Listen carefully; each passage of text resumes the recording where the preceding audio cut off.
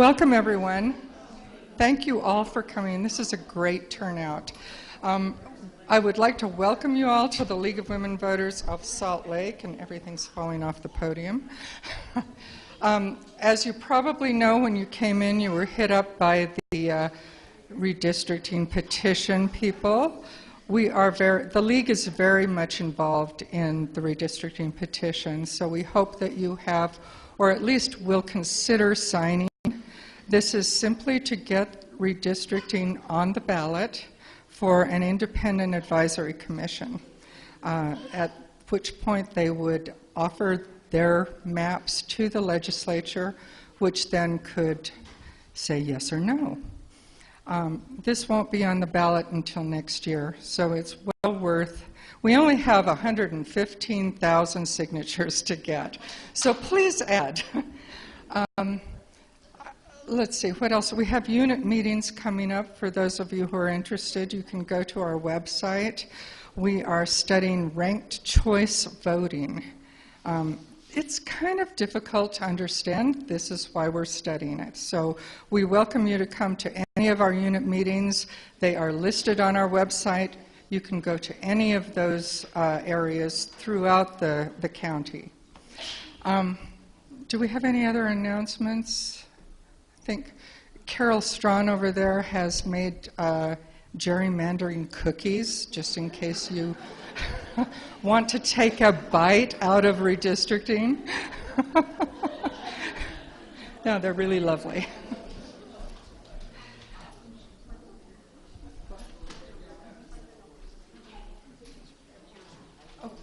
In November, we have a couple of events coming up in November. One of them is a panel on intergenerational poverty. This is another really, of course, everything we do is a really important issue. Have you noticed? Intergenerational poverty is something that's being studied now in Utah. Vicki Samuelson has been in charge of getting us a fantastic panel, so I hope you'll consider coming to that. We have not yet set a date for another event in November, at which time the League from Washington, D.C. will be coming to explain to us why they should be a state. You may want to discuss that too. At that event, we're hoping to have all of the petitions. There presently will be 5 petitions before the public in Utah, all to be put on the ballot next year, and they'll all be there. Right now, I'd like to present Dr. Tim Chambless. He is an associate, or was an associate professor and lecturer at the Department of Political Science at the University of Utah, and he was the academic outreach coordinator for Hinckley Institute. Are you still that? I am until October 30th. Until October 30th, at which time he retires. He's taught university classes in American national government and political parties, state and local government, as well as law and politics, controversial legal issues, and constitutional law. We are all about constitutional legal issues. He's taught 4 university departments: political science, history, communications, and English Language Institute. For 15 years, he handled the Constitution telecourse, which was seen statewide on KUEN TV. Each year since 1994, he has led a unique undergraduate student seminar to Washington, D.C., during which students have met with Utah members of Congress, the justices, lobbyists, and of course, journalists. Since 2007, he's taught the current events course at the University of Utah Osher Lifelong Learning Institute. Since 1982, he has taught 30,000 students, and I think some of you might be some of them. So I'm going to, this says you're a strong believer in government service. That's why he's here today, serving us. I appreciate you coming. Please welcome Dr. Tim Chambless. Thank you very much. Thank you. Thank you. Wow. Thank you for inviting me. It's great to be here. I'm glad I can be here. I'm on a plane Sunday morning for Washington, D.C.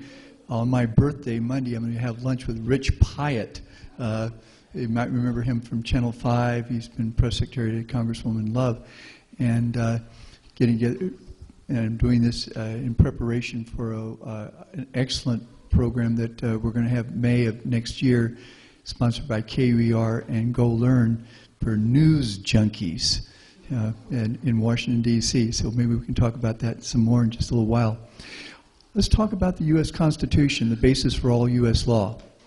And I might just ask you some questions, although asking you questions might violate the Eighth Amendment's prohibition against cruel and unusual punishment. But I would always require my students' first exam to know the Constitution. I would test them on it.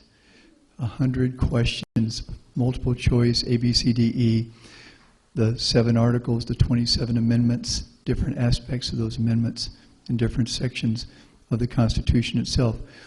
I want to highlight about 10, maybe 11 areas in presentation and then go to Q&A. Most of the time, I think we'll do Q&A. But want to highlight, starting off with, want to talk about the First Amendment. Okay, the freedoms, the guarantees we have under the First Amendment, and then talk about the infamous Electoral College that is significant, certainly very timely this past year. Third, the pardon power. Then can the President act alone when acting as his role as Commander-in-Chief? And fifth, how does the impeachment process actually work? How does it actually work? What is the criteria?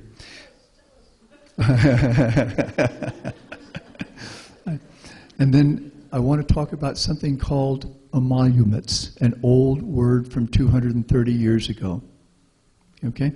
Then presidential executive orders, something very timely this past year since January 20th. Then the filibuster or extended debate. What do we mean by regular order? You heard John McCain make a reference to that just a few weeks ago. Then sequestering or sequestration, and then lastly, the vetoes. And then we go to questions and answers. And I really like questions and answers. I tell my students there's no such thing as a bad question, only bad answers. But that the answers can never be known if the questions are not asked. So you have an obligation to ask those tough questions. Let's talk about a little bit about the First Amendment. Okay, remind me, I'm very forgetful. I'm going to be getting up in years here. First Amendment has what freedoms in just a few words? Religion, and religion is 2 parts. Speech, peacefully to assemble. Ah, yes, to petition your government officials for a redress of grievances, which we interpret to mean the right to lobby and the right to protest. So speech, press, maybe you hear the term media, religion, 2 parts to religion, peacefully to assemble, that's what we're doing right now, and we're going to be exercising free speech in a peaceful way, and then the right to protest, the right to lobby. So we'll come back and we'll talk about this. Second is the Electoral College. I'm going to suggest to you that it's undemocratic.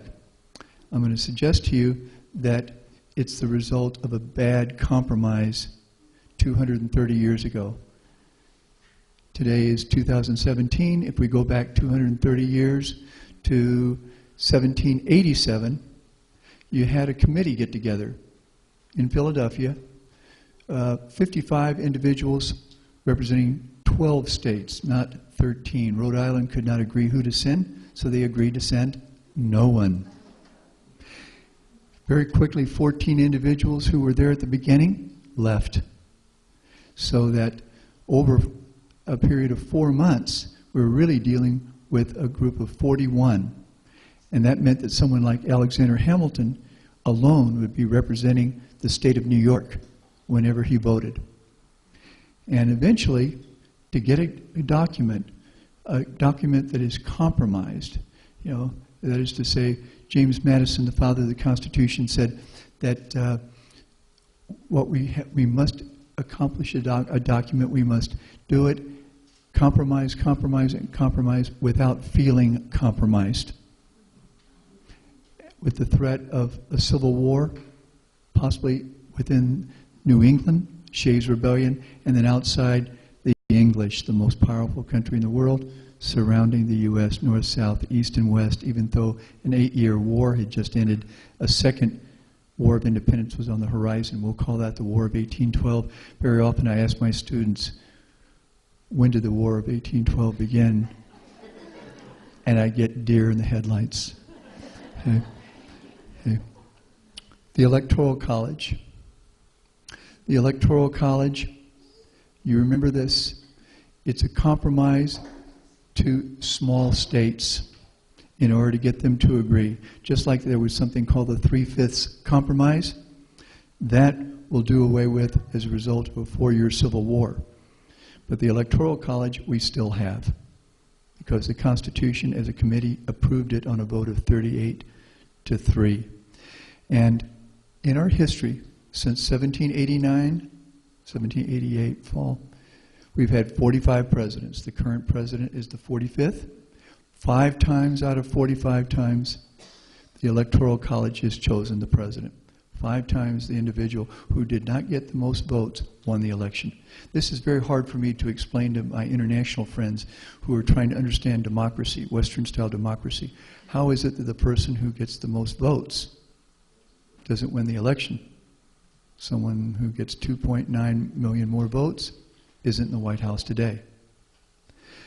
Then we look at the Electoral College as a winner-take-all system.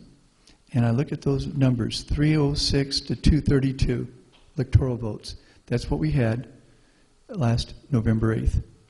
And I've tried to understand it, and the best comparison I can give is that we're almost at the World Series right now. My Dodgers are playing tonight as I speak. I bleed Dodger blue.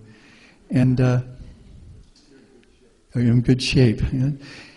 And if we go back a year ago, who was playing in the World Series in 2016?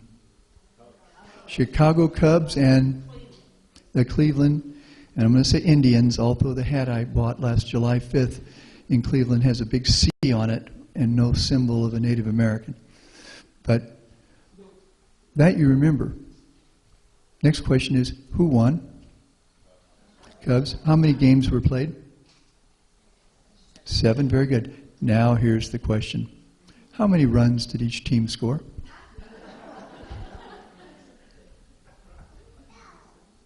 You're going to say Cleveland scored more runs. Actually, I'm going to say they each scored 27. But in that last game, it went to extra innings, and Chicago got 2 runs and Cleveland won, but they ended up both 27. So where do we draw that distinction? This is my stretching analogy to talk about the existence of the Electoral College as we live with it today in a subliminal way. Okay? We can come back to it. The presidential pardon power. I want to talk about this a little bit and use a very recent example that's close to home for us. In the Constitution, the basis for all U.S. law, the Constitution has 7 sections, and the second section is the executive branch.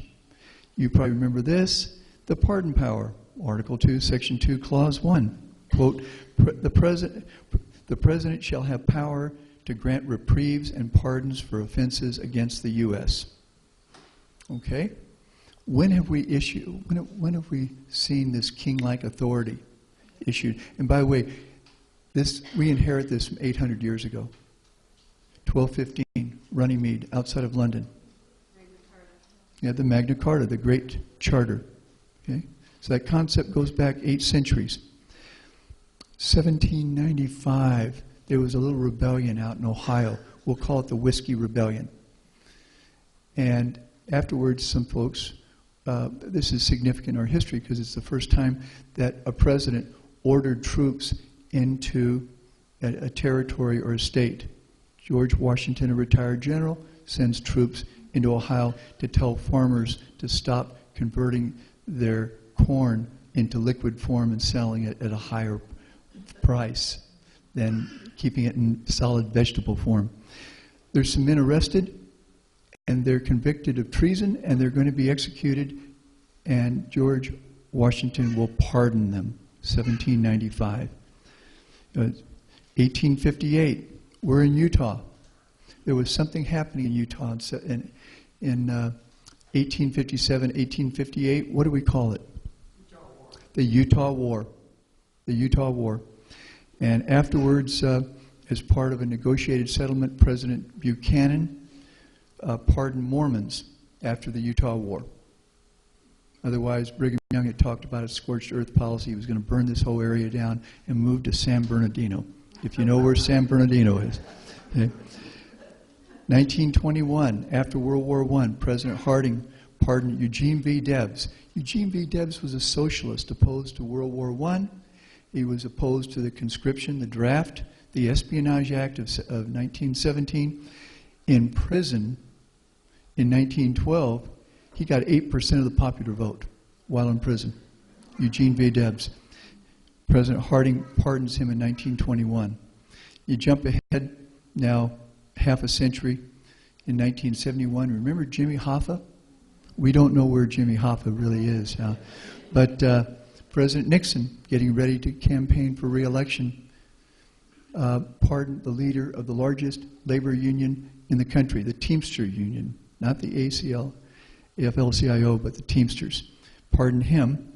And then the infamous pardon is 1974, September 8th, 1974. Remember who got pardoned that day?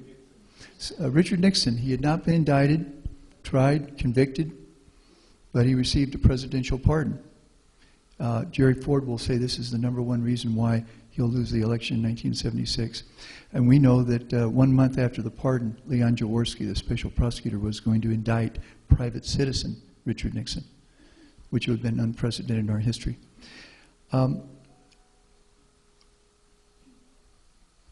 I just read you the words about a pardon. It says, shall have power to grant reprieves and pardons for offenses against the United States. Okay, the country, the government. Okay, that quote does not say any pardon the president grants is absolute and unreviewable. Now I'm starting to be wonkish, and remember I taught con law for years, okay?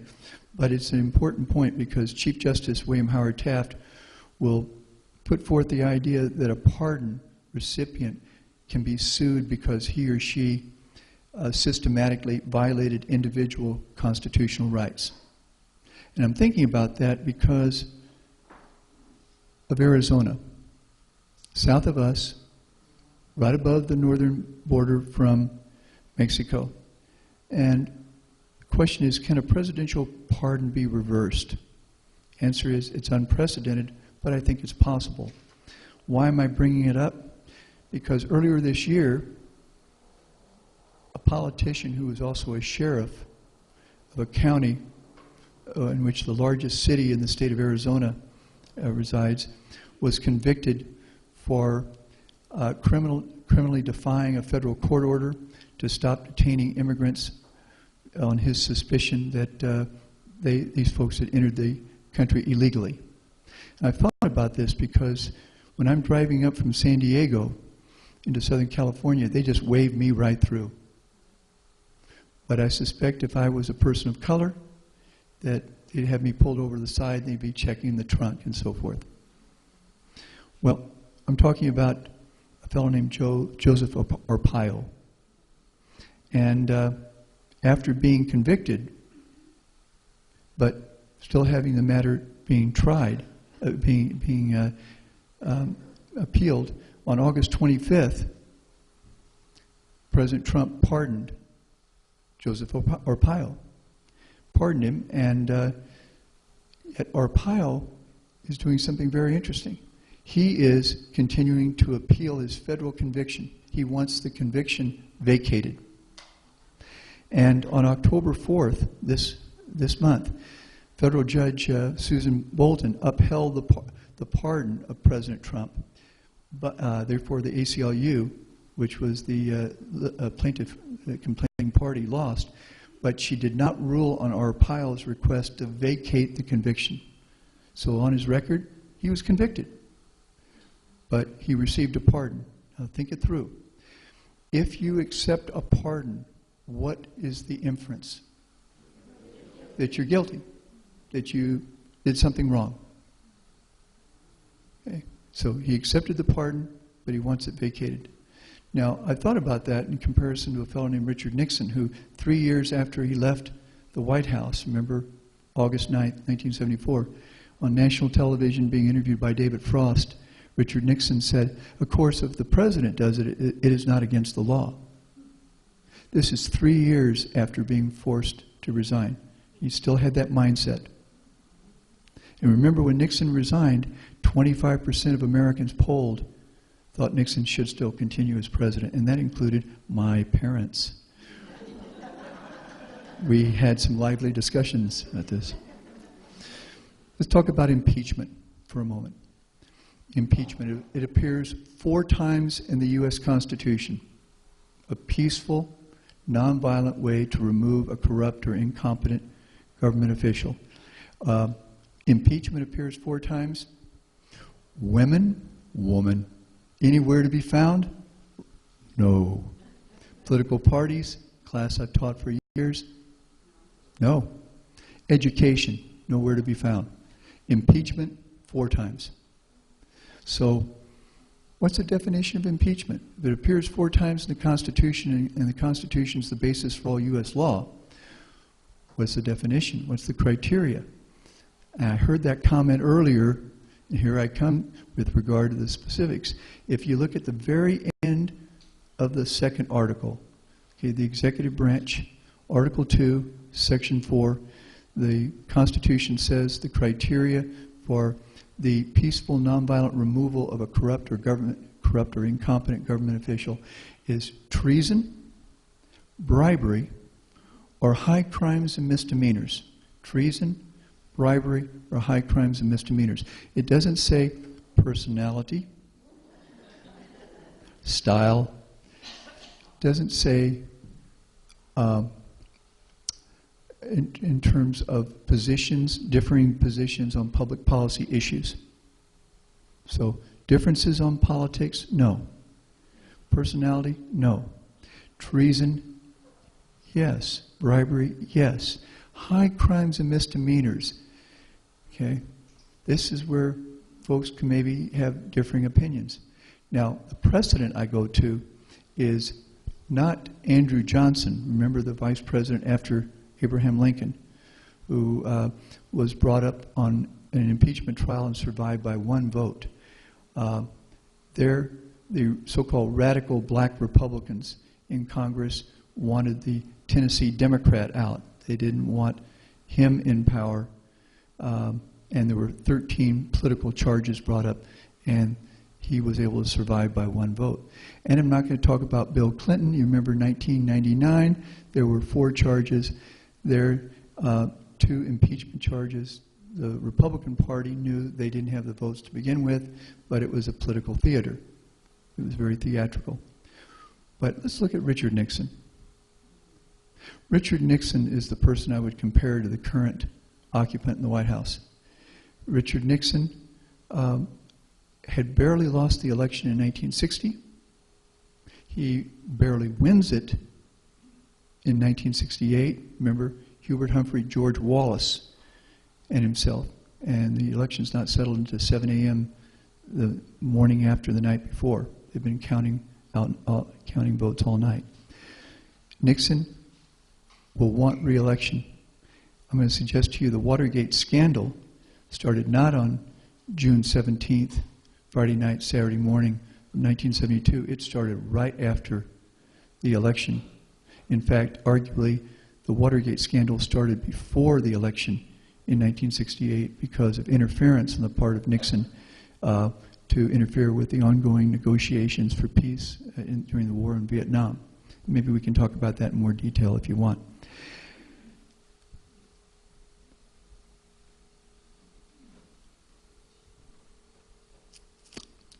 treason.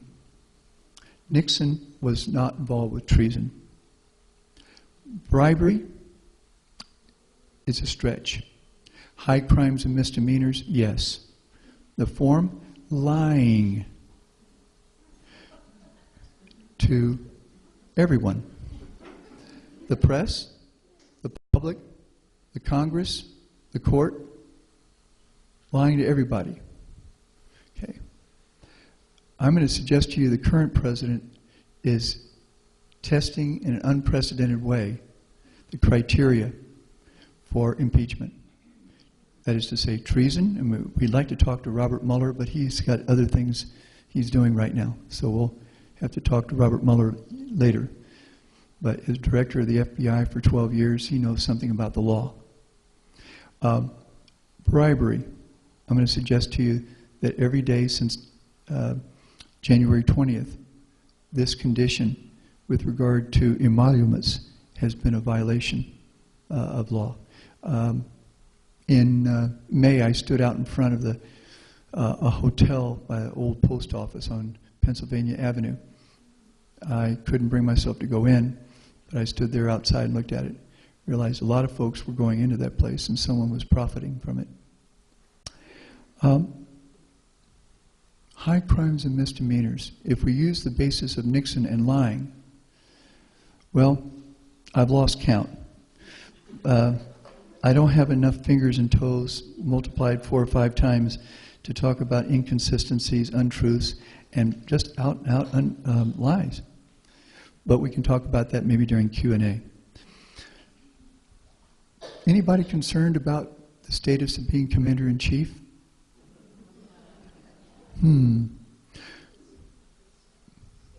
Article 1, Section 2, Clause 1. We've had 5 formally declared wars. The last one was the Monday morning after Pearl Harbor, so December 8th, 1941. Keep in mind, under our structure of law, the President asks Congress to declare war. Congress votes to declare war. So when I would hear President George W. Bush say he had declared war on fill in the blank, he was either speaking with hyperbole or he was speaking ignorantly. And he was Commander-in-Chief. Now, this position of Commander-in-Chief, when it really comes down to it, when push comes to shove, there's no managerial administrative constraint upon the President who wears that metaphorical hat of being Commander-in-Chief. Now, maybe that's not dangerous in 1700s or 1800s or maybe prior to 1945. But since the nuclear age, since 1945, it's a major concern. And maybe in Q&A we can talk about North Korea as a case study. Yeah, one thing I do want to say is Senator Bob Corker, who is now not going to seek re-election in a year and a half, finishing his second term, chair of the Senate Foreign Relations Committee, has said that today we are protected by former generals, the American people and the world from possible war, by 3 retired generals. One is the Chief of Staff, one is the National Security Advisor, and one is the Secretary of Defense. And I'm thinking about Richard Nixon again. In the Oval Office today, there's no picture of Richard Nixon. There's a picture of Andrew Jackson, but I'm going to circle back to Richard Nixon. Okay. In 1974, Pioneer Day in Utah, July 24th, the Supreme Court 8-0 with Rehnquist abstaining, legally ordered the President to turn over the best evidence required in a criminal proceeding, secretly recorded audio tapes. Nixon all day thought about not turning those tapes over. His closest staff, for example, Pat Buchanan, Al Haig, said, "You've got to do it." When he turned it over, that best evidence, he was gone within 2 weeks. When you listen to the audio tapes, and I have copies, the President of the United States, who was a lawyer, sounds like a thug. He sounds like a criminal. He knows what he was doing. he was committing criminal wrongdoing that would justify impeachment. In those last 2 weeks between July 24th and August 9th, he was drinking heavily, he was severely depressed, very moody. The Secretary of State, a fellow named Henry Kissinger, still alive in his 90s, and James Schlesinger, who's gone now, but Secretary of Defense, the two of them notified the Pentagon and said, if you happen to get a contact from the Commander-in-Chief about any type of military action, talk to us first.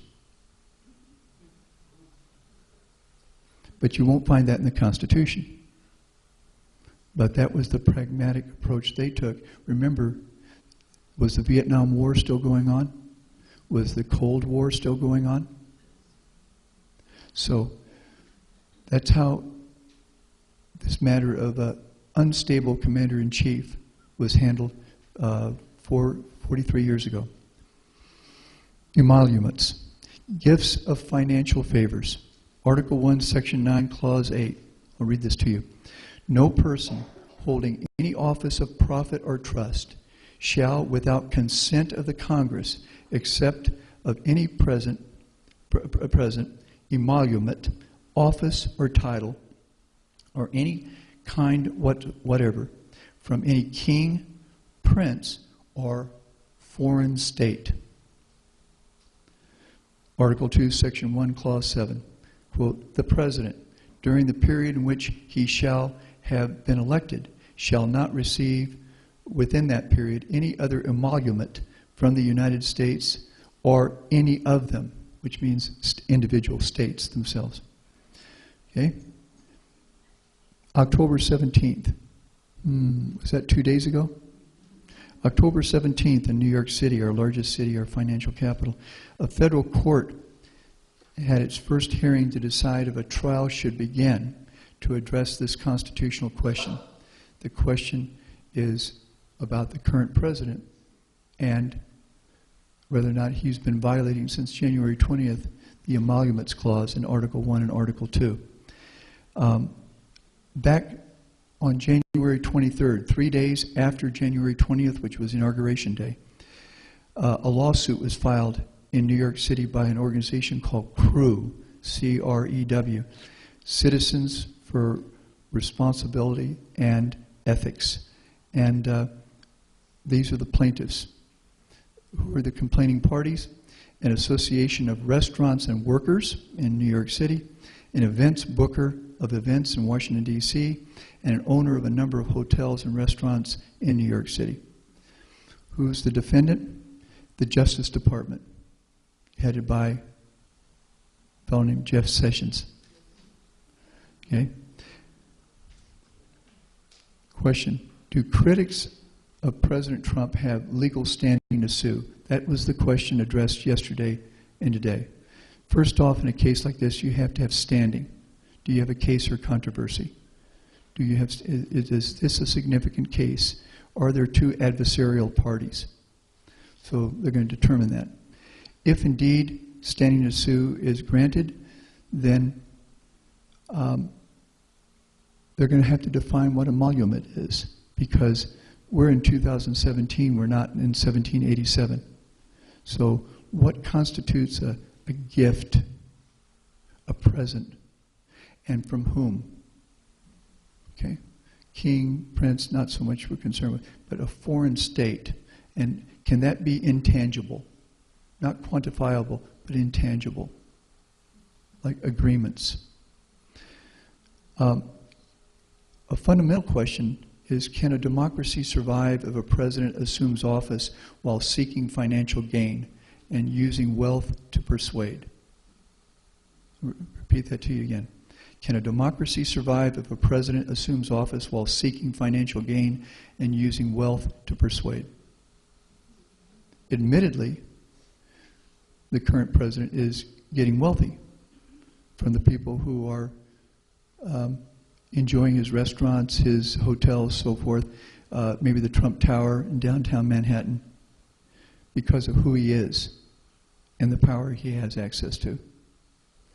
So this is an important case. It's the first time in our history that these two emoluments clauses are being tested in court. There are no previous precedents. And as you might imagine, the plaintiffs, the complaining parties, they want a broad definition. The Justice Department wants a very narrow definition. So we'll see what happens. If indeed the trial continues, then we move to the discovery stage. And I find this very intriguing, because if you get to the discovery phase, it means that in this case, the current president's going to have to turn over, by court order, documents and financial records for the trial.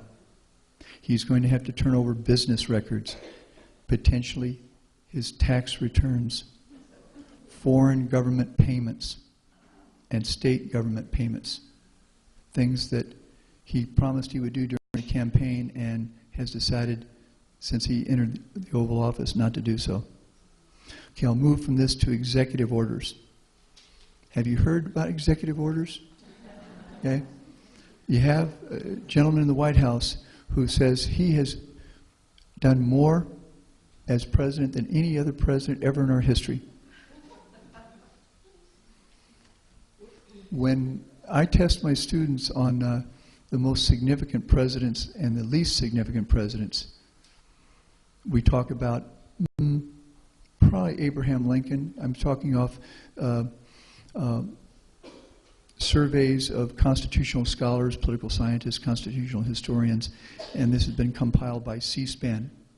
And hundreds of folks who have made it their careers to study this. So we look at Abraham Lincoln, we look at George Washington, and we look at Franklin Roosevelt as being the three most significant. Why? Think of the challenges they had to face. And then if we talk about least significant, we usually think about the fellow I mentioned earlier, James Buchanan. Remember the Utah War? He was really bad. And basically he was bad because he was impotent, he was inert, he was neutral, and so he did nothing. So Abraham Lincoln, elected, has to wait 4 months before taking office. And boy, did he inherit a mess. Then we talk about Herbert Hoover, just prior to Franklin Roosevelt. Okay. Then that third one, and here's where you get some argument, because there's almost a schizophrenic split here, is Richard Nixon. Richard Nixon on domestic policy, a disaster. What he did threatened the continuance, the survival of this country. On foreign policy, if you start talking about détente and perestroika and rapprochement, then maybe you can make some significant arguments the other way. So right now, it's always too early to judge presidents who are still alive, and we have 4 former presidents who are still alive. So it's tough to judge them, because people who know a lot, they haven't written their books yet. Okay? And they usually will say things after the person has passed away. But we have somebody in the White House right now who's really testing the boundaries of success or failure. What's an executive order in contrast to a law? You know what a law is? And I'm jumping ahead of myself if I talk about regular order. Okay, it's something right out of a textbook. But what is an executive order? Good and loud. No approval by Congress. That's right. That's right. No approval by Congress. Okay. Executive orders. It's an inferred power that the courts have upheld. Because if you read your Constitution, Article 2 is fairly short. The longest article is the first article, Article 1, the legislative article. We think the Founding Fathers, the framers of the Constitution, thought that the lawmakers, House and Senate, they were the important guys. The president was simply a manager and administrator. Presidents have some unilateral powers. One we've talked about already, the pardon power. But keep in mind, the president, according to the Constitution, is the commander-in-chief on foreign policy, and he's the chief bureaucrat on domestic policy. The president oversees the military, yes, oversees the federal bureaucracy. And the courts have said the president has the power to grant proclamations, memoranda, and that he can also make shifts within existing policy of laws already passed. So, for example, we're in Utah. 1906, the Antiquities Act was passed by a Republican Congress, and a very happy Republican president was happy to be able to start doing things that would eventually, for example, create Bryce and Zion national parks. President Obama created the Bears Ears National Monument. 20 years before, Bill Clinton with Grand Staircase Escalante. A definition, a policy directive that implements or interprets an existing law, existing federal law, or a constitutional provision, or a U.S. treaty. So an executive order does not require the approval of Congress. Executive orders set policy while avoiding public debates and opposition. They have status of being new law once they appear in the Federal Register, which is a bureaucratic process. They can be used to implement many diverse actions. Examples. This is how executive orders have been used. Remember I mentioned 1794, George Washington, the Whiskey Rebellion. Sends troops into Ohio to stop a domestic rebellion. That's the first time that's ever been done in our history. Now, I've lived through 2 states of emergency, one during the Vietnam War and one during the greatest civil race riot in American history. If you remember 1992, end of April, beginning of May, Los Angeles, I was down there on University of Utah business. I can still remember the orange black skies. If you know Southern California pretty well, can you imagine driving from Pasadena to Santa Monica on the freeways in 35 minutes and never see a policeman? I did that. Okay? It was a very dangerous time. And then the other was during the Vietnam War in 1970. 1861, President Lincoln sends troops into South Carolina to protect a federal fort. The American Civil War is an undeclared war. It's not a formally declared war. It's a civil war. I suggest to you that the worst kind of war, except for a nuclear war, is a civil war. Because you have brother against brother, father against son, so forth. And that's what we have. You know, my whole family is from Texas. I'm the one living up here among you wild folks. And I go down to Texas, and folks there say, "Timmy, why are you talking that Yankee talk? You're talking all that Yankee talk." 1942, President Roosevelt approved internment camps for Japanese Americans. We know something about this. We have a camp here in this state, don't we? Just opened up a museum there.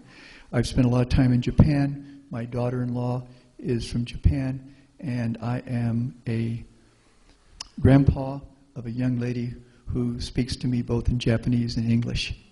You know, what Franklin Roosevelt did in 1942 is considered probably the second worst decision ever made, certainly in the Supreme Court decision that upholds that legality 2 years later. In 1947, after World War II, Harry Truman establishes loyalty review boards for federal workers, loyalty oaths. This is executive order. This wasn't an act of Congress. 1977, Jimmy Carter granted total amnesty to Vietnam War draft evaders. That's over 10,000. I was there in 77, January 20th, on a cold day for the inauguration of President Carter. And then right after he walked a mile and a half to the White House, reviewed the parade, and he granted by executive order that full and complete amnesty for those folks living in Sweden or in Canada, trying to bring closure to the Vietnam War, which had ended 2 years before, April 30th, 1975. Lastly, 2003, President George W. Bush created the Department of Homeland Security. He didn't do that by act of Congress, he did it by executive order. It's the greatest reorganization of the federal bureaucracy since the 1947 National Security Act that created the CIA, renamed the Defense Department, and created the National Security Council and the National Security Advisor. Okay, I've got lots of wonkish notes here, so I'm not going to bombard you with all these, but I do want you to know this for comparison and contrast. That is that Congress, which convened just after New Year's this year, before January 20th, has introduced 7,173 bills as of yesterday. 7,173 bills and resolutions currently pending in Congress. Okay. Congress, as of today, has passed 68 bills. The vast majority of them renaming this post office after that person. One bill I like is to put a man or a woman on Mars by 2030. How much money was appropriated by Congress to do that? Zero. None. But still, it was a bill that passed. My point here is there were 13 major proposals for lawmaking during the campaign last year. Of those 13 major proposals, how many have become law? None. None. The only one that's come close to passing was health care reform. Question: how many executive orders, as of today, has the current president issued? Too many. Too many. Okay, a quantifiable answer would be exactly 50. So 50 executive orders, 68 bills passed. Okay, just to compare. So you can see how the public might be angry at Congress for inability to function, to perform its lawmaking duties. And you can see why the current president might say he's been an activist, that he's been as active, in a sense, as the Congress. Okay, almost a Q&A. That word filibuster, extended debate. You know what it is. It's only in the Senate. It's not in the House. When did it arrive? Is it in the Constitution? No. It's a rule. It's a Senate rule that the Senate passed back in 1837 after years of discussion, debate. And the Senate has had that rule. They've sculptured it. They've changed it a number of times over the years. At one time, for example, 1964, remember the Civil Rights Act of 1964, the first major Civil Rights Act, 100 years after the Civil War? You had to have, you had to invoke cloture. You had to get 75 votes out of 100. Now it's 60. So major change there, from 3/4 to 3/5. That was a major change. And as you know, there's been some serious discussion about making a change so the Senate would be like the House, basically 50+1. Isn't that what the Senate did when it changed its rules, specifically with regard to the final vote of Justice Gorsuch? It wasn't 60, ended up being 50, well, it would have been 51-52. Right now the Senate is split along party lines, 52-48.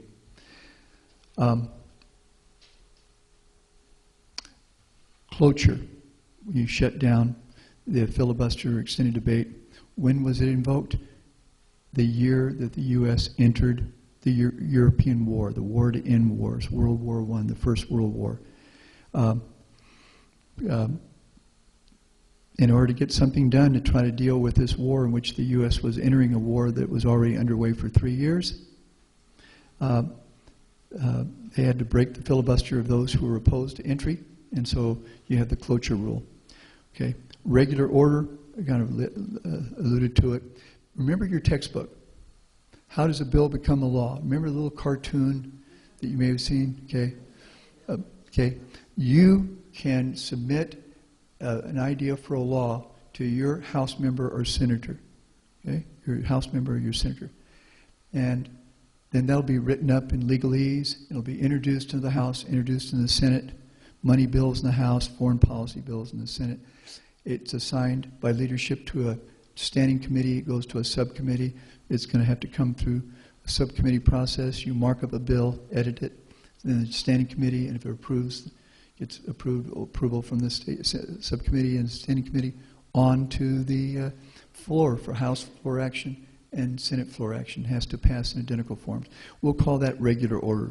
Do you remember at 2 o'clock in the morning, East Coast time, a few weeks ago, on the health care reform bill, that John McCain walked in and then he put thumbs down, and that vote went down with his vote, and he was saying, you know, he had a major scar over his forehead, that he wanted regular order. This is what he's talking about. Rather than have a situation where, for example, last May, when my students were scheduled to meet with Senator Lee in his office in Russell, in 361A Russell, that Senator Lee couldn't meet with us because his behind-the-scenes, closed-door meeting on health care reform was going longer than they thought. So Senator Lee could not meet with us. Question was transparency. You had 15 members of the same political party who happened to be in the majority meeting behind closed doors, and this was what was happening. It wasn't regular order. It wasn't a public process. This is what was upsetting to John McCain. The sequester. What is a sequester? Sequestration? It's a rule. It's a process that the Senate and House has imposed upon itself when they cannot do their homework on time by a certain date. Then what automatically happens is that there is a freeze, and the money spent is going to be that of a certain percentage as before. I should use my exact words here. Process that sets hard dollar caps on government spending. If Congress approves a dollar spending amount above the caps, then automatically and across the board spending cut is imposed on all federal government departments and programs by an equal percentage. Where this really hurts some folks is in the Pentagon, in the military. Because if you think about the federal budget, 84% to 85% of the federal budget is military, military related, and benefits that all of us receive from entitlements. Social Security, Medicare, Medicaid, student loans, and veterans benefits. The remaining 15 and 16% is everything else you can imagine. So if you're talking about transportation or education, anything like that, it's all within that 15 to 16%. If you're going to have major cuts, you have to do it military, military related, and entitlements. And we're in debt $20 trillion. $20 trillion. Imagine how that number will go up if we have a nuclear war with North Korea. Okay. Lastly, vetoes. Remember presidential vetoes? And we can talk about it, congressional vetoes, pocket veto, and line item veto. And this is specified in Article 1, Section 7, Clause 2. So now I'm going to stop and drink some water and look for the first question. I've thrown a lot of wonkish information, and I see a question right there. Well, I don't even know where to start. First of all, you know that the League of Women Voters is not in a position for a direct election of the president. But we have this electoral college, and I've heard that they could have met and declared the popular vote winner the winner.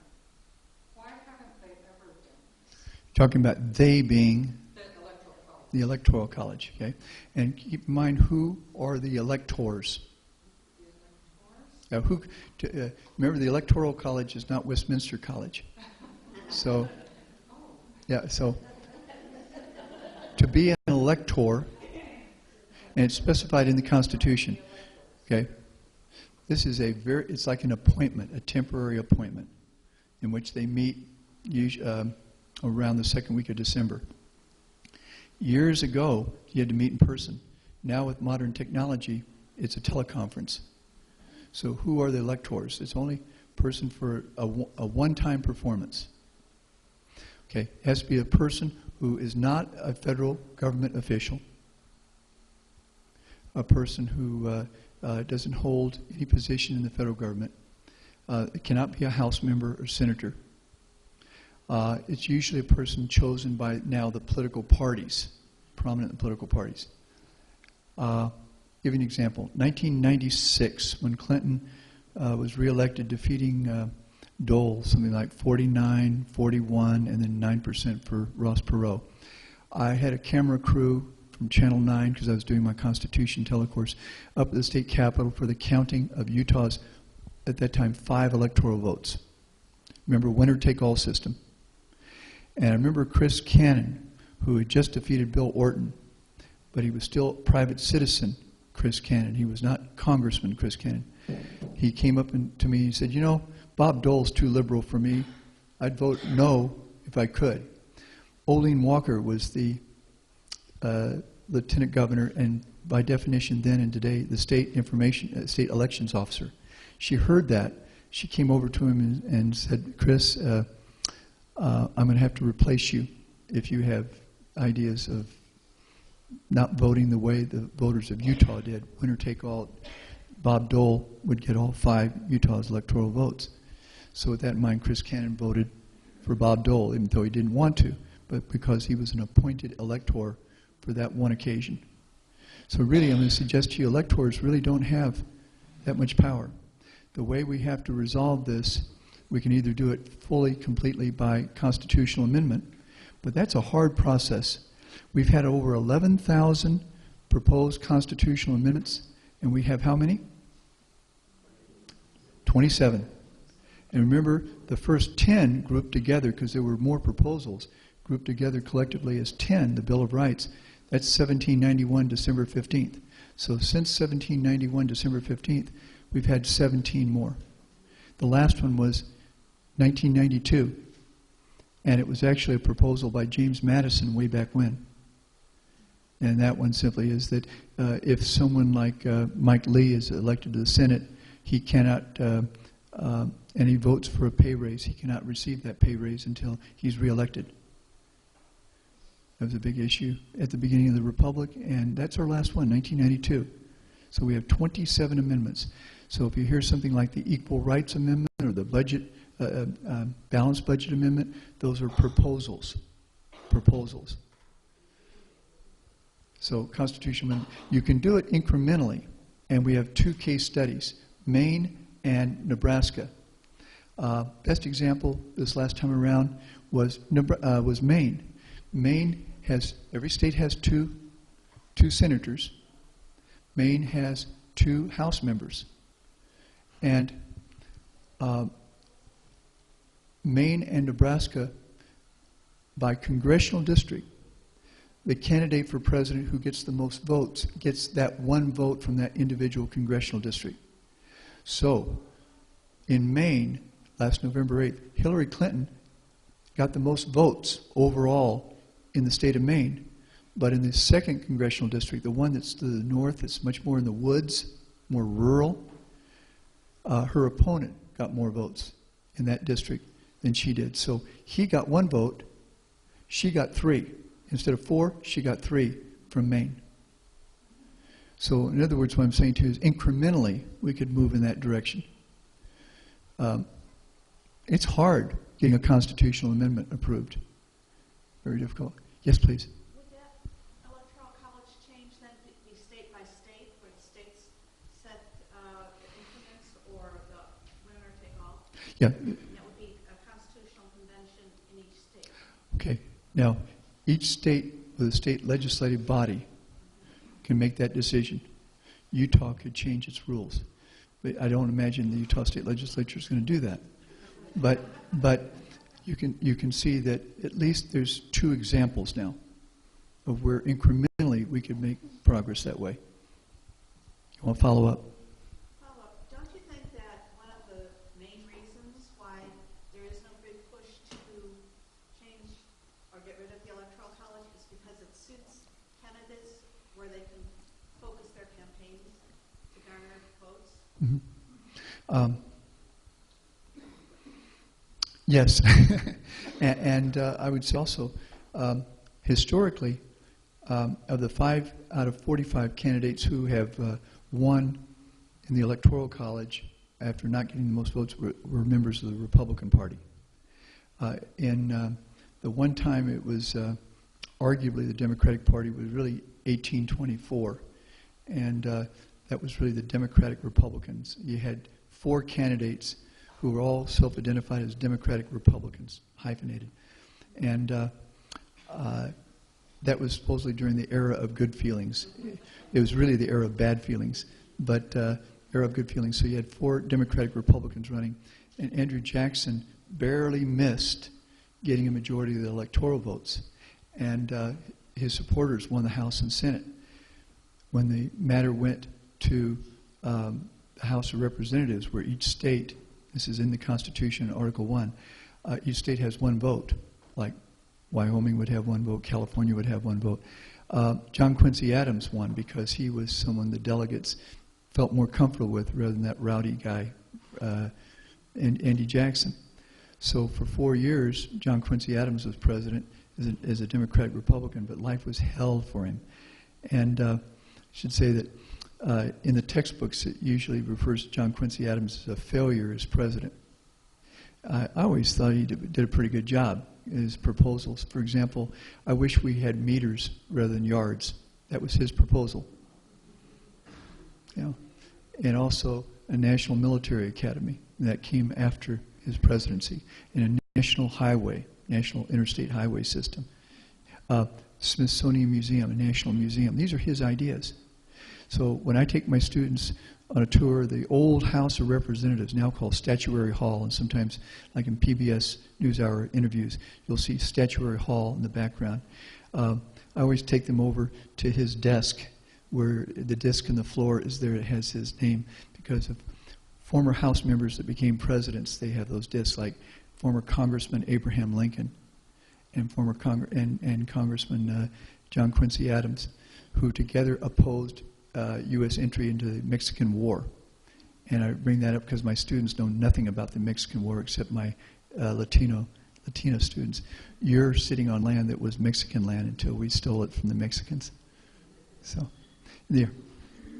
So, when you're talking about removal from office with regard to Trump, it seems to me that he's more than met the qualifications. If you're going to stay lying, for example, since you mentioned Richard Nixon, so that he could be removed from office or high crimes and misdemeanors, what is it that is preventing some rush to remove him from office, given the fact that he is dumbing down the presidency and the country that goes with it? Really good question.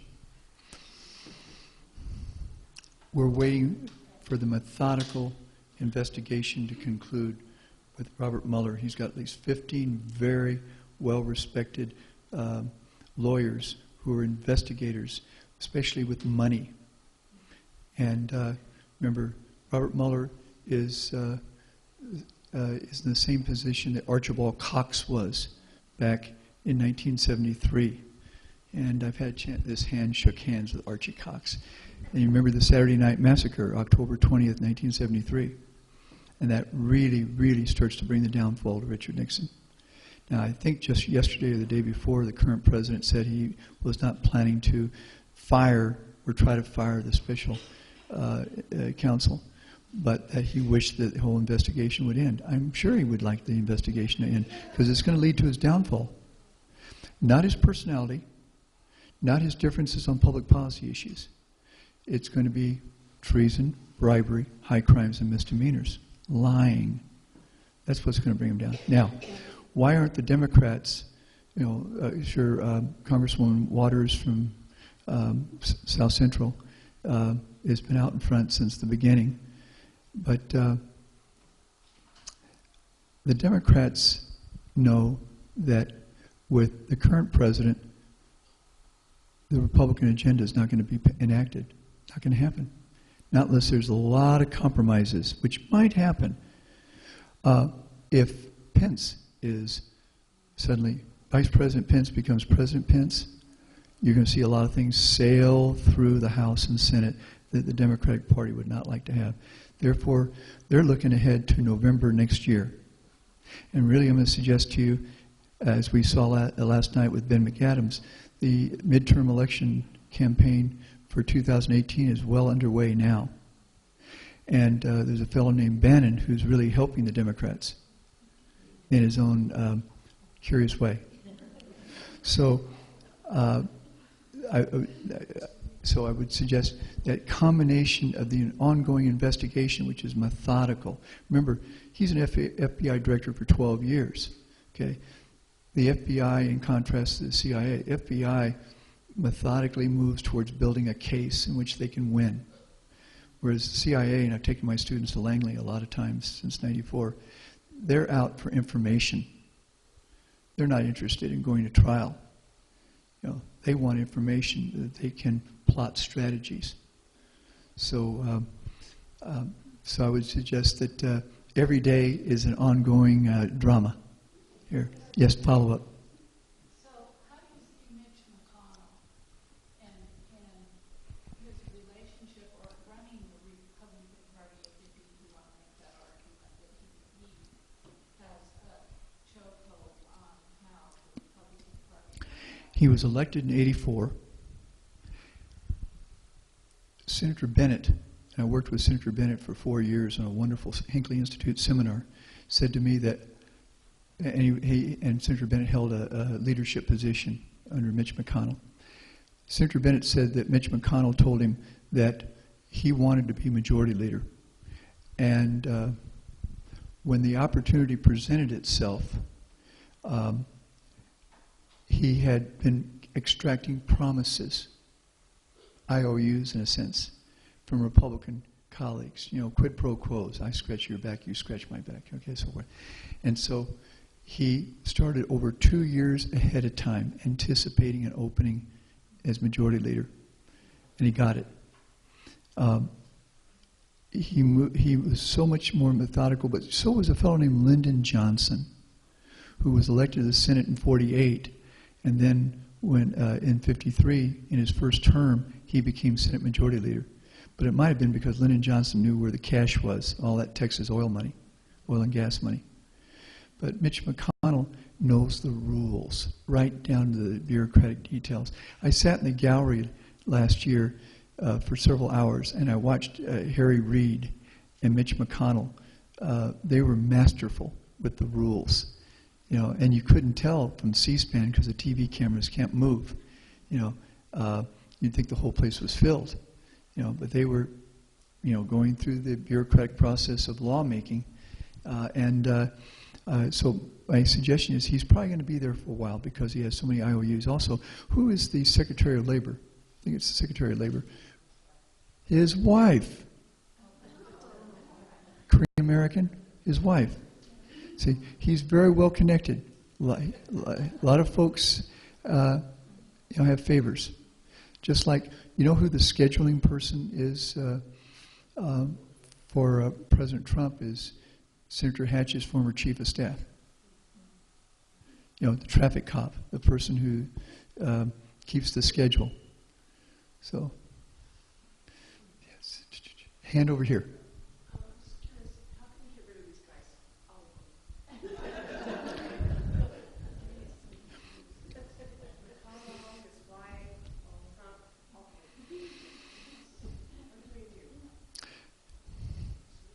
I have a friend who spent some time in Vietnam. He has an answer, but I'm not going to repeat it.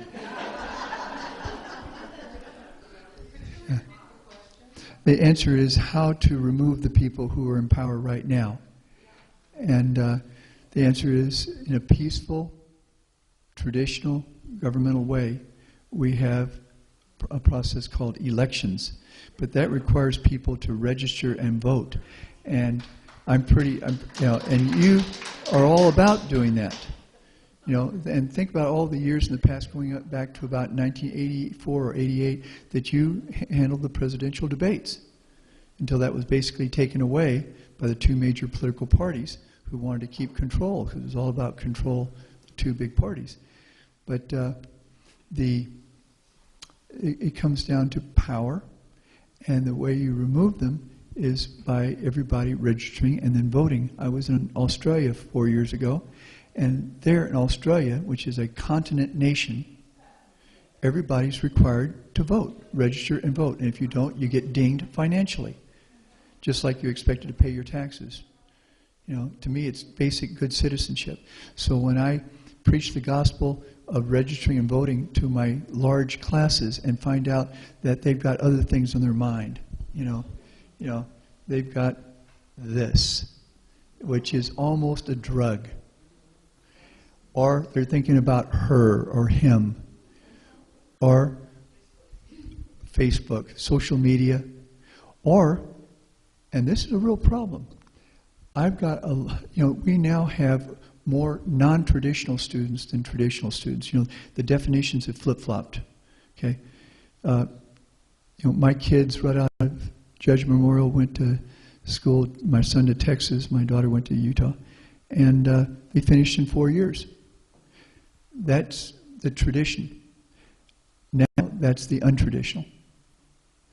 Now it's a transfer student or somebody who has taken another course of action before coming to the university. And the average time is 6 years, not 4 years.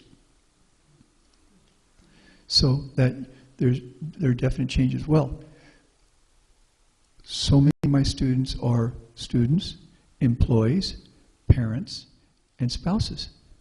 When do they sleep? Not much. And then they get grouchy. And they expect an A, but they don't want to study for an A. Yeah.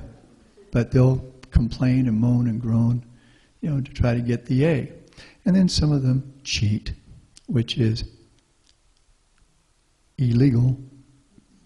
When I talk to some of them about this, I get a little puddle on the floor, So this is a dilemma that we're facing right now. So, in the very back. How did gerrymandering become Okay. accepted? Okay, and we use the term gerrymandering. Elbridge Gerry was, in 1812, the governor of Massachusetts, and he wanted his political interest, he's a Boston Brahmin, to maintain power. So he saw to it that the legislature, under his control, drew the districts so they looked like slithering creatures, snakes, Gila monsters, rather than squares and rectangles. Now, Elbridge Gerry, go back to the Constitutional Convention. Remember I said the vote was 38-3 to ratify? He was one of the three. He opposed, he stayed to the very end, he didn't leave, and he voted no to ratify this new Constitution, the second one, to replace the first, which was the Articles of Confederation, if you remember that. And I was talking to, so I was going to tell you a lurid story about him, but I won't. So, oh, come on. So apparently he was with his mistress in a coach going to his offices when he suddenly died at age 70, which was considered old back then, very young now. So that's when it emerges. Now, you're dealing with imperfect human beings. And what do politicians want? They want continued political life. They want re-election. Now, you have this wonderful booklet that you have been signing on here. And I said I brought my copy just in case you were forgetful, and I'm shameless, And when it was submitted to the Lieutenant Governor's office, the state elections officer, for his approval, I was one of the 5 signatories. So it was an honor to do that. In 2011, after the 2010 census, I was one of the 7 members of the Salt Lake County Citizens Advisory Commission. I was vice chair. So when the chair wasn't there, I was conducting the meetings for a year. And we drew districts that looked like squares and rectangles for Salt Lake County, which was 40 to 41% of our state's population. Meanwhile, the legislature spent $110,000, 13 months, had meetings throughout the state, and then went behind closed doors for 2 days with computers, coming from Washington, D.C., basically, and came up with the districts that we have today. So I consider that fairly undemocratic. But it all comes down to power and money, money and power. Co-chair of the Better Boundaries Commission is Ralph Becker. Ralph and I together worked for Governor Matheson years ago. And Ralph said to me one day that in the 10 years that he served in the state legislature, the number one issue that was the most volatile and the most distressing for him was this matter of redrawing districts to maintain power. And he said he was really disappointed in a lot of his Democratic colleagues. You know, the Republicans he understood, but his Democratic colleagues the same. And he said he got punished, he barely got reelected. Patrice Arendt, if you may recall, they drew a line from her house down one side of her street and destroyed her district. So, this goes back to after the census in 2000. So in 2001, her district was drawn. So what did she do? She decided not to run for re-election in the House. She ran for the state Senate, which most of her district was in the new state Senate district. And her opponent was the incumbent Republican from the Holiday area, Mill Creek Holiday area, who was the Senate Majority Leader. And there was one debate. There was supposed to be a number of them. And it was at the Hinckley Institute in the caucus room. And I'm an old high school college debater, and I've attended a lot of debates. The one debate I remember in which I really felt sorry for the person being destroyed was the Senate Majority Leader. Because if you know Patrice, her work ethic, you know, and her intelligence, and she just destroyed this man, so that it was embarrassing.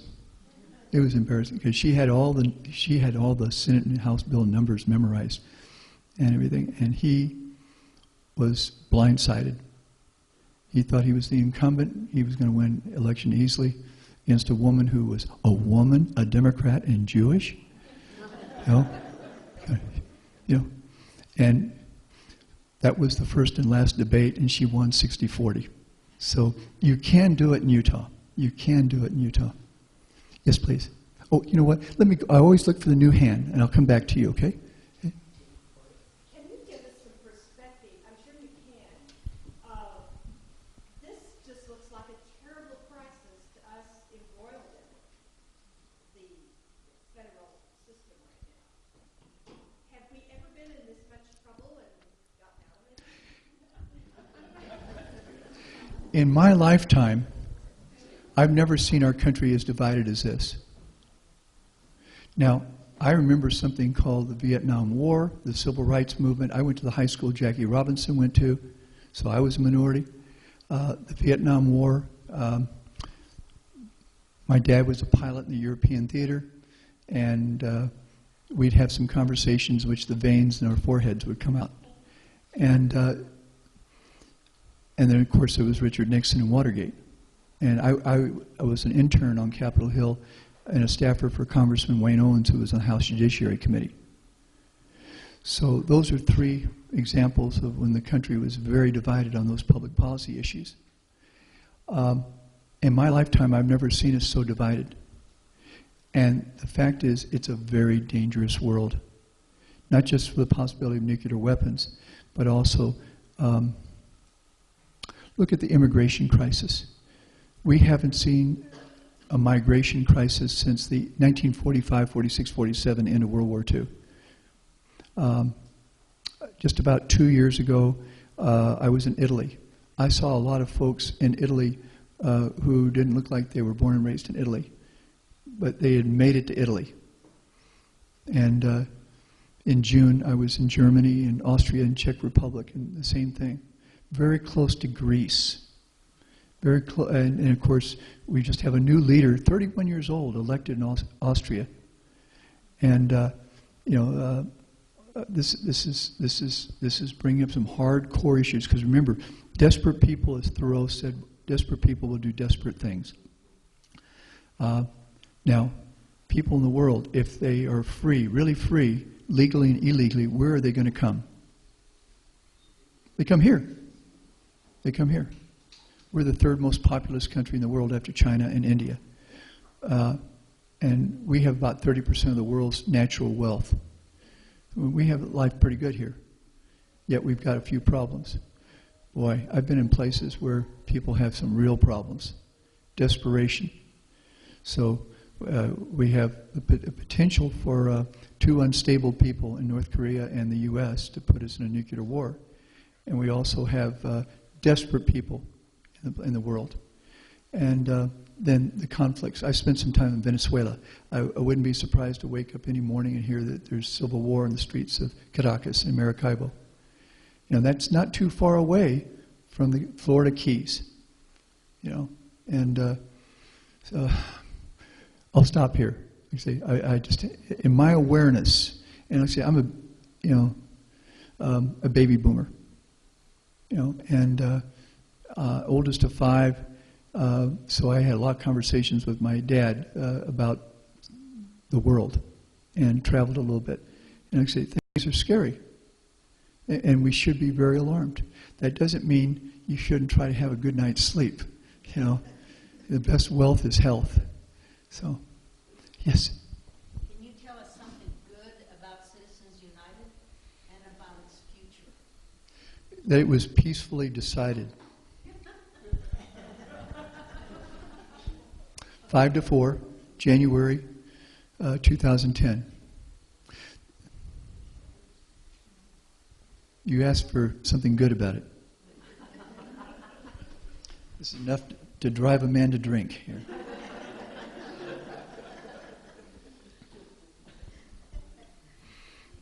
It overturned over a century of campaign finance law. It has made it so that a Las Vegas hotel billionaire can be somebody who can give countless millions in different sheltered ways to a candidate. When Mitt Romney got the Republican Party nomination in 2012, he had a half-hour meeting with Sheldon Adelron, yeah, in Las Vegas. Did you have a half-hour meeting with Mitt Romney? I didn't either, but Mitt Romney did with him. How did that happen? Because money talks. You know, we're talking about elections being bought and sold. Yeah, and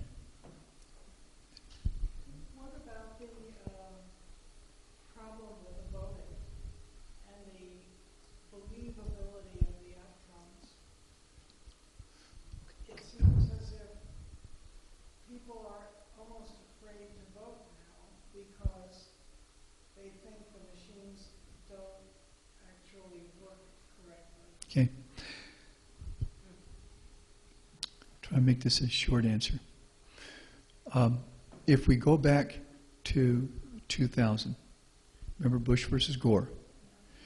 When we conduct an election, historically it was with a piece of paper and a pencil, maybe ink. When we have a presidential election, it's not one election, it's 51 elections. And within each state, it's not one election, it's, in Texas, 254 elections, county by county. In Utah, it's 29 county elections. And then the county clerks, like Sherry Swenson from Salt Lake, sends the results up, you know, to Spencer Cox. What happened in 2000, we remember it very well. And ultimately, it's always a test question for my students. The Supreme Court, on a 5-4 decision, the only court cited in Article 3 of the Constitution, determined who the leader would be of the country under Article 2. George Washington was right at the Constitutional Convention when he was presiding officer, and he said, what we are creating here is an experiment in democracy. It's an experiment. And again, this was a case where the person who didn't get the most votes was determined to be the president, when ultimately Al Gore Jr. stepped aside. And that was after 36 days. Now, right after that, I was in India with Ted Wilson and a group of students. And a government official from the federal government in New Delhi was talking about how it took a month, 30 days, for them to determine their nationwide elections. And before thinking, I gasped and said, wow, a whole month. And he said, well, yours took 36 days. Pow! Pow. He was quick on the uptake on that one. Okay. So we try to learn from our mistakes. So that was December 12th of 2000. So in 2002, after much debate, Congress passed HAVA, capital letters H-A-V-A, Help America Vote Act. And so long story short, federal dollars go to states, and a place like Utah has touch-screen voting in all 29 counties. And that's the same in Florida. Remember, Florida had different ways of voting in each county? And so you had hanging chads in some counties and not in other counties. Because when states are thinking where can they balance their budget, where can they cut corners saving money, and one way was conducting elections, even though an election is very important, strategically important to our democracy. But state of Florida, which is now our third largest state,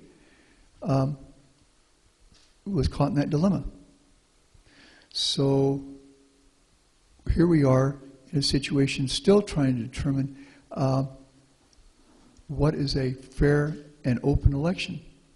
In January, prior to the beginning of the Utah legislative session, the fourth Monday in January, Representative Arendt couldn't go up to a meeting of lawmakers because she had another conflict, so she asked me to go. So I went up there, and we were meeting with county clerks. And the county clerks were explaining to the lawmakers why Utah elections are honest, totally transparent, honest, no corruption. Now, there were legislators there, and one, Todd Weiler from Davis County, was very suspicious that somehow, some way, there had to be potential for corruption, that somehow people who were not qualified to vote were voting. And yet there was no proof to support that suspicion or allegation. So, and yet, after the election, you may remember someone saying that he would have won the state of New Hampshire if millions of people had not voted illegally. And the Republican Secretary of State in New Hampshire said, not true. So this is a dilemma we face right now. So I go back to my Australia concept. Everybody should be registered to vote, and everybody should vote, and they get dinged financially if they don't. It's the basic action of good citizenship, is a vote, because elections matter. We see it every day. We see it in these 50 executive orders that are almost the flip side, contrary to the previous administration. Did I answer the question? It's a long answer.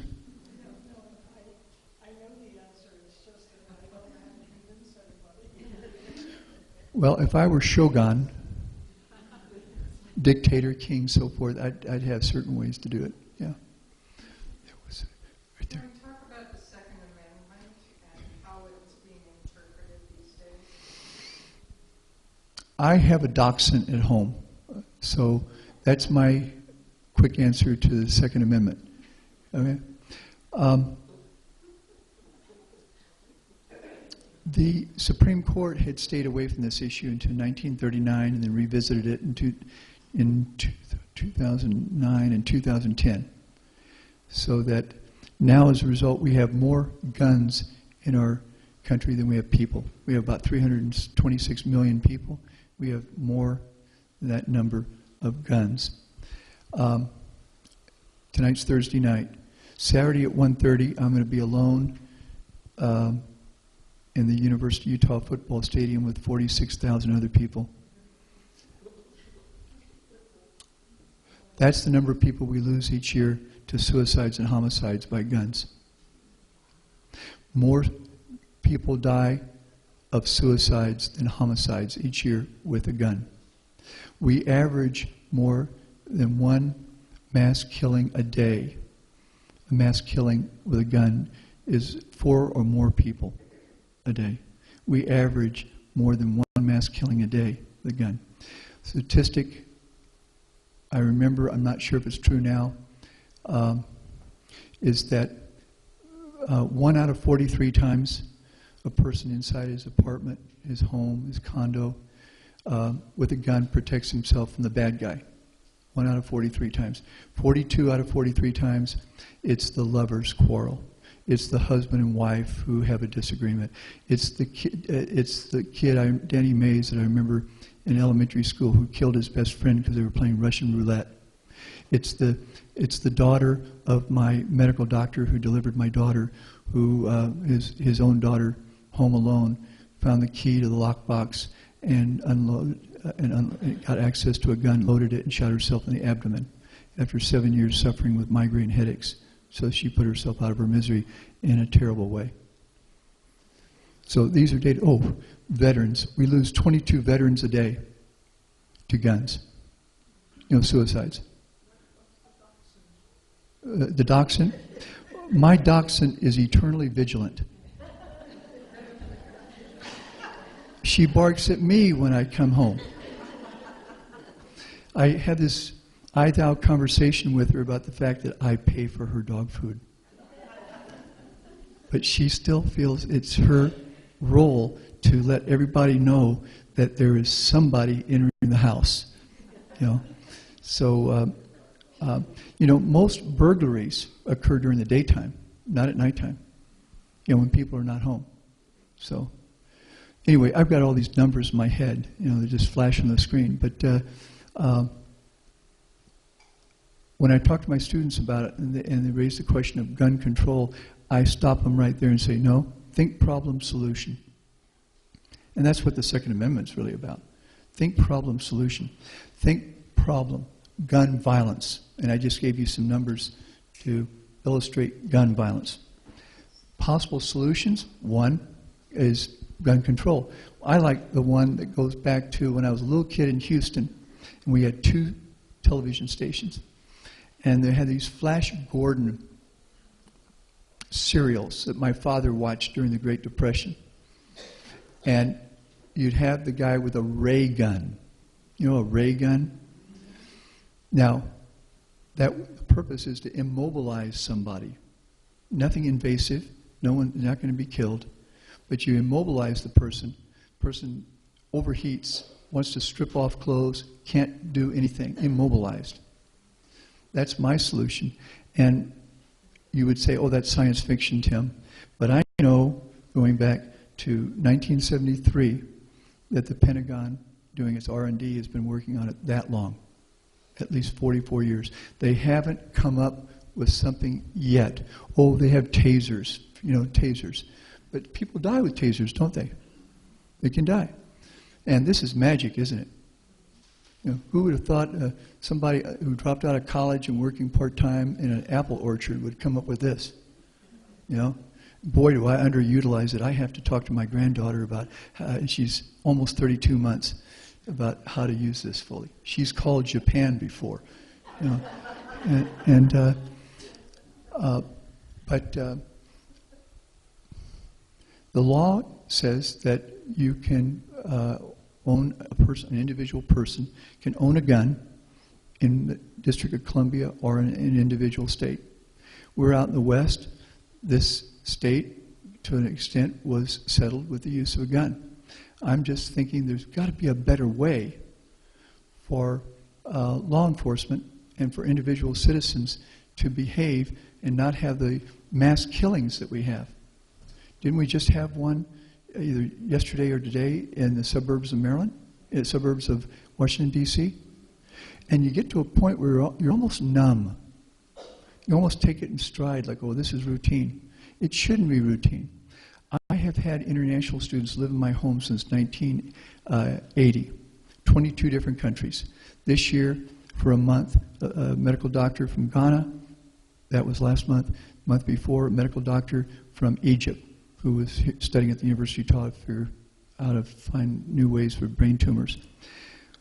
I had a student until last May live with me for 4 years from China, young lady a year ago, 6 years from Japan. Each of them asked, what's going on in this country? This would never happen in our country.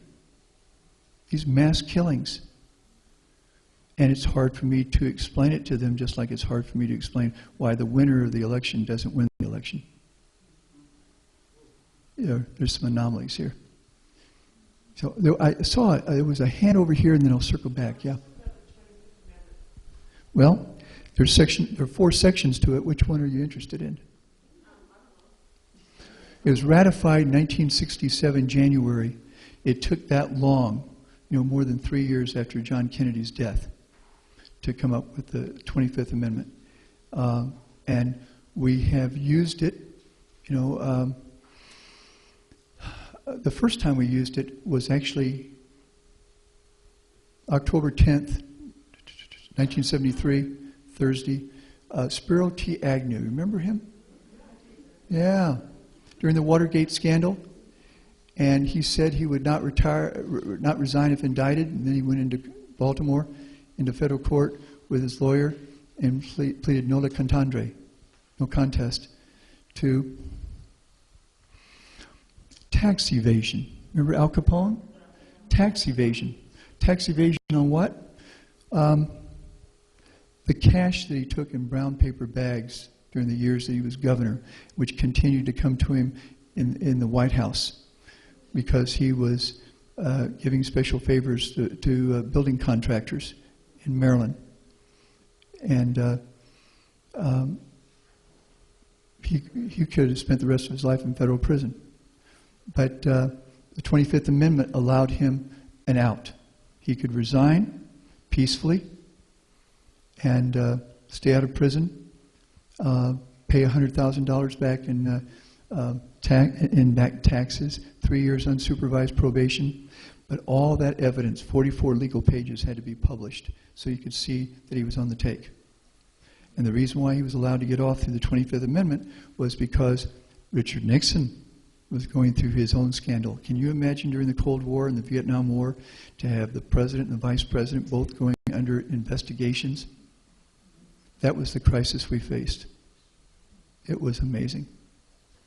But when you asked me the question, what was it exactly about the 25th Amendment?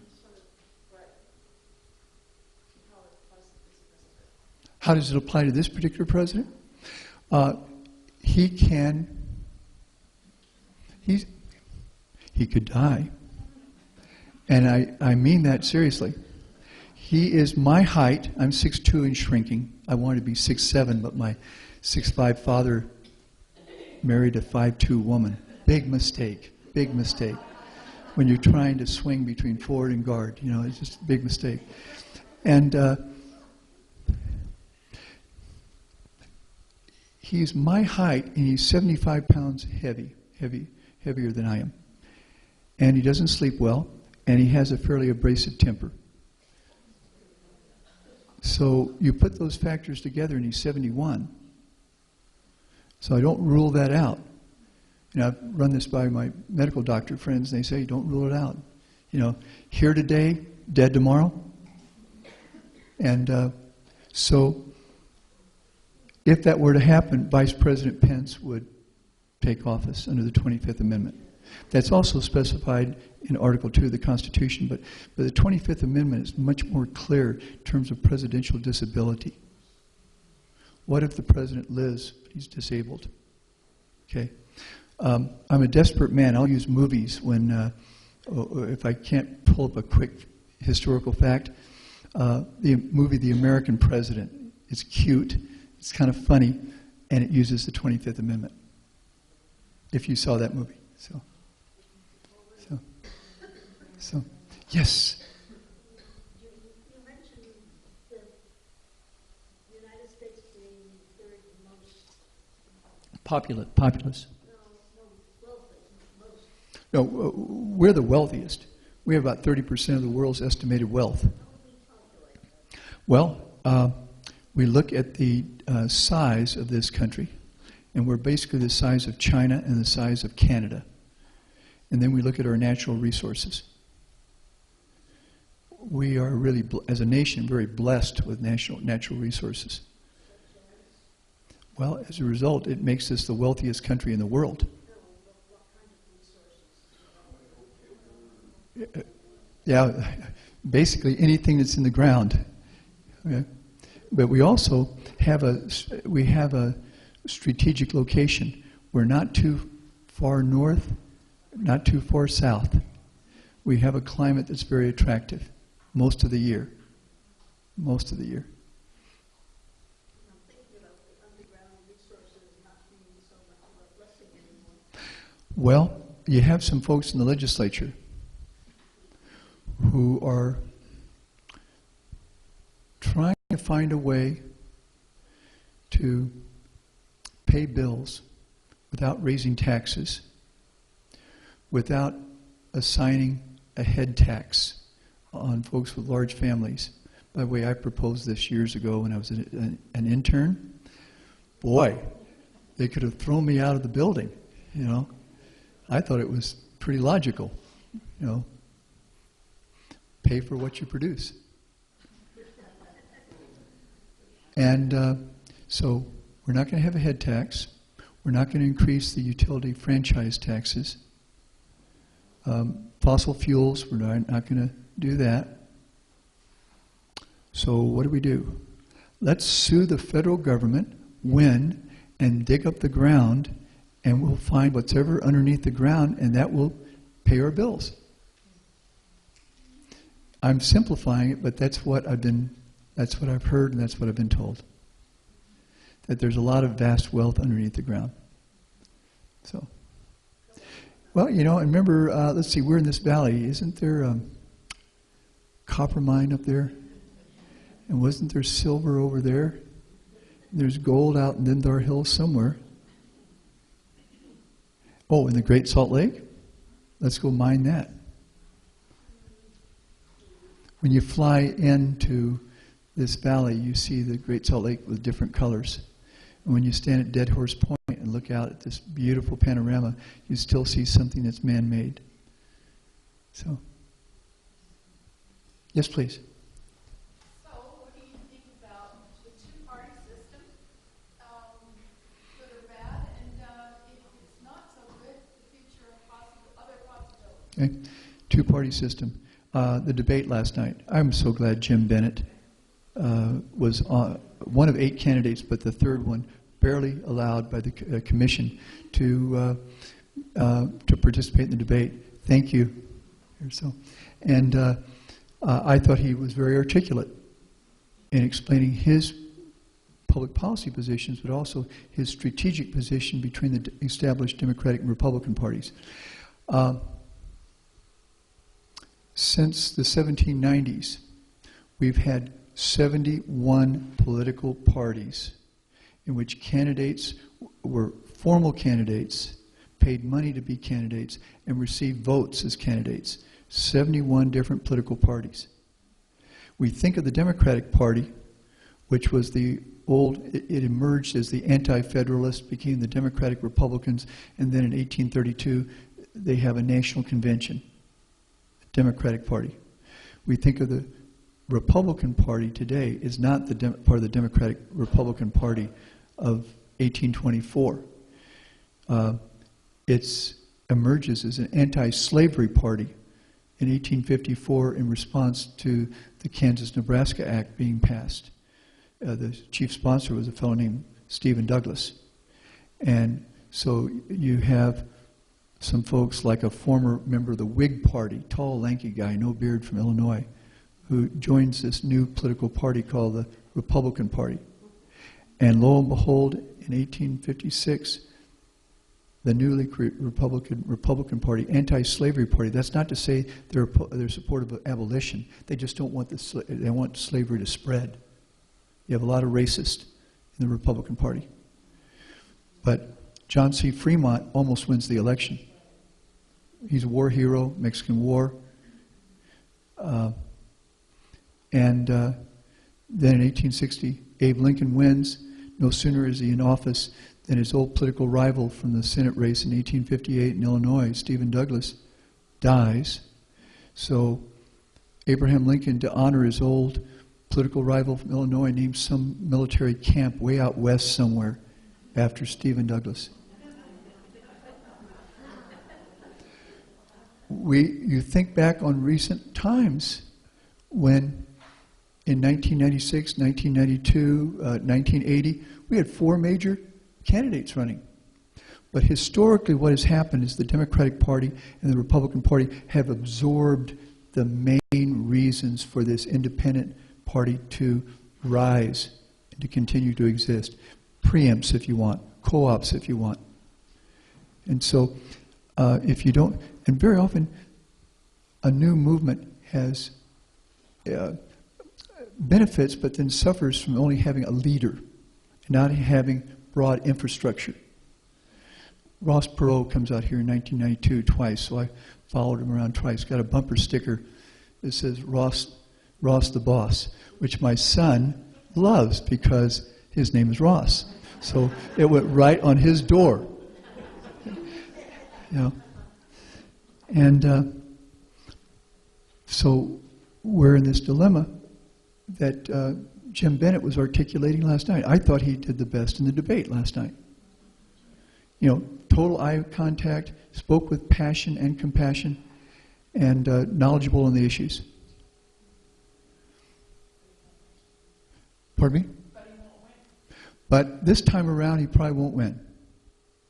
But, you know, I always think, never give up. You know, I think of Winston Churchill, 1940, June, you know. Great speech. You know, he's just become prime minister. He comes up to the podium. You know, England stands alone. We're giving Lend-Lease. We're lending and leasing weapons to England. Do you think we're going to get them back? And he comes up to the podium, looks at everybody, and he says, in his accent, never give up. And he walks away and comes back and says, never. And he repeats it 2 more times and then sits down. Do you think the audience got his essential message? England survived.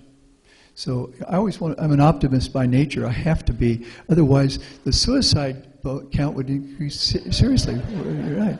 You're right. You have to be optimistic. You know, I've got a good friend who's been married and divorced 3 times, and I asked him what did he learn. He said, I've learned there are no guarantees. Uh-oh, you're coming this way. You are. I do have one final question. Yes.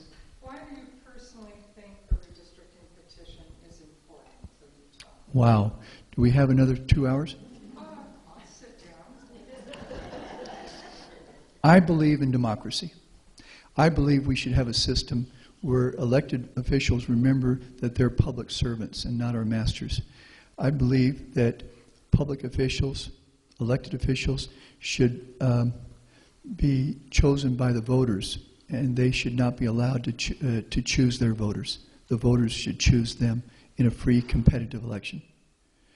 I believe districts should look like squares and rectangles, and not like salamanders or snakes. I've said this in public, I say it to the press, I feel like it's a brooding omnipresence, but it's what I believe. I believe in competition.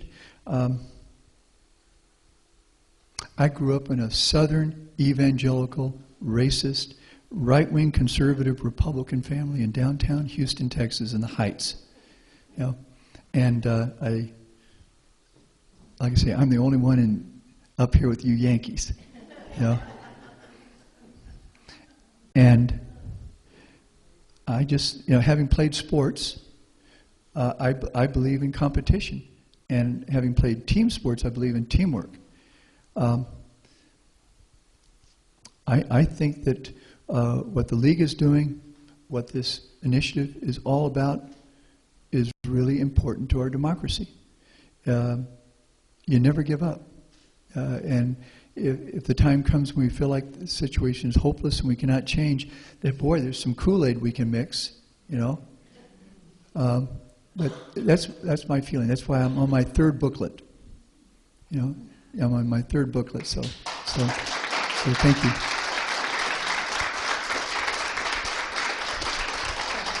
That's been terrific.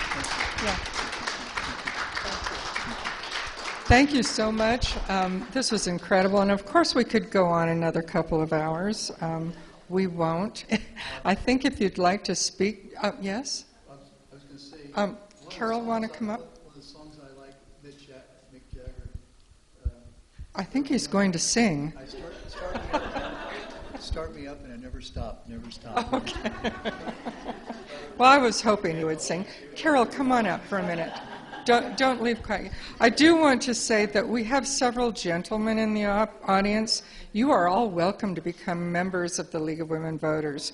We just leave women in the title because we've been the League of Women Voters for almost 100 years.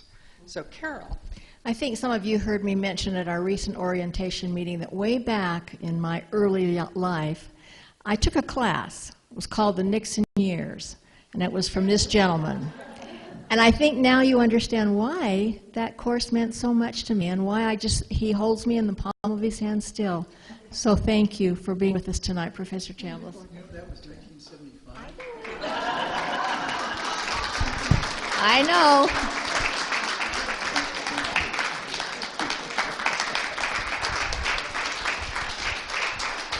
Thank you, everybody. That's it.